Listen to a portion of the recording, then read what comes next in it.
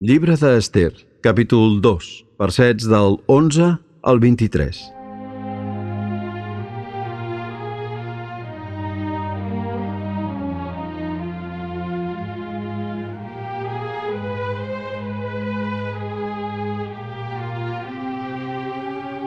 Cada dia Mardoqueu es passejava davant el pati de l'harem per saber com estava Ester i com la tractaven.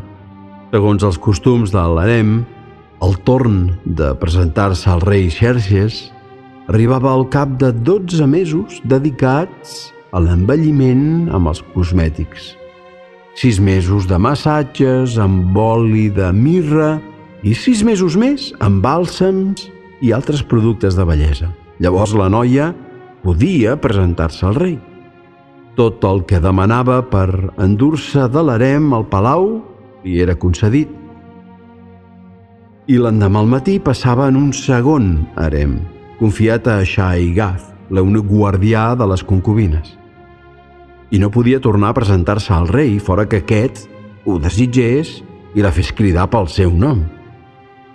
Quan Ester, filla d'Abiail i cosina de Mardoqueu, el qui l'havia adoptada com a filla, li va arribar el torn de presentar-se al rei, ella no va demanar res per endur-se al palau fora del que li havia dit Hegai, l'eunuc guardià de l'harem.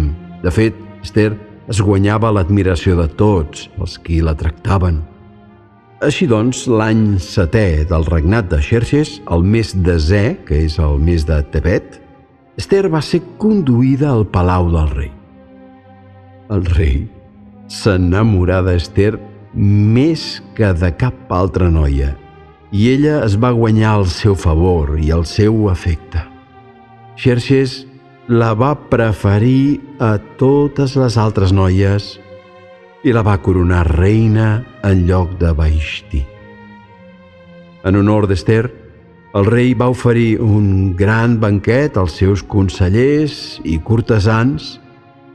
Amb motiu d'aquell esdeveniment, va eximir les diverses províncies de pagar l'impost i, segons el costum reial, els distribuí presents. Quan van tornar a reunir noies, Mardoqueu continuava vivint a l'entrada del palau reial. Ester no va revelar a ningú a quina nació pertanyia, tal com Mardoqueu li havia ordenat. Sempre l'obeïa, com quan estava sota la seva tutela. Per aquells temps, Bigtan i Teresh, els dos eunucs guardians del llindar de l'estança reial, estaven exasperats i conspiraven per assassinar el rei Xerxes. Era un dia que Mardoqueu es trobava a l'entrada del palau reial. Tan bon punt Mardoqueu en tingué notícies, va fer-ho saber a la reina Ester i ella, en nom de Mardoqueu, ho va comunicar al rei.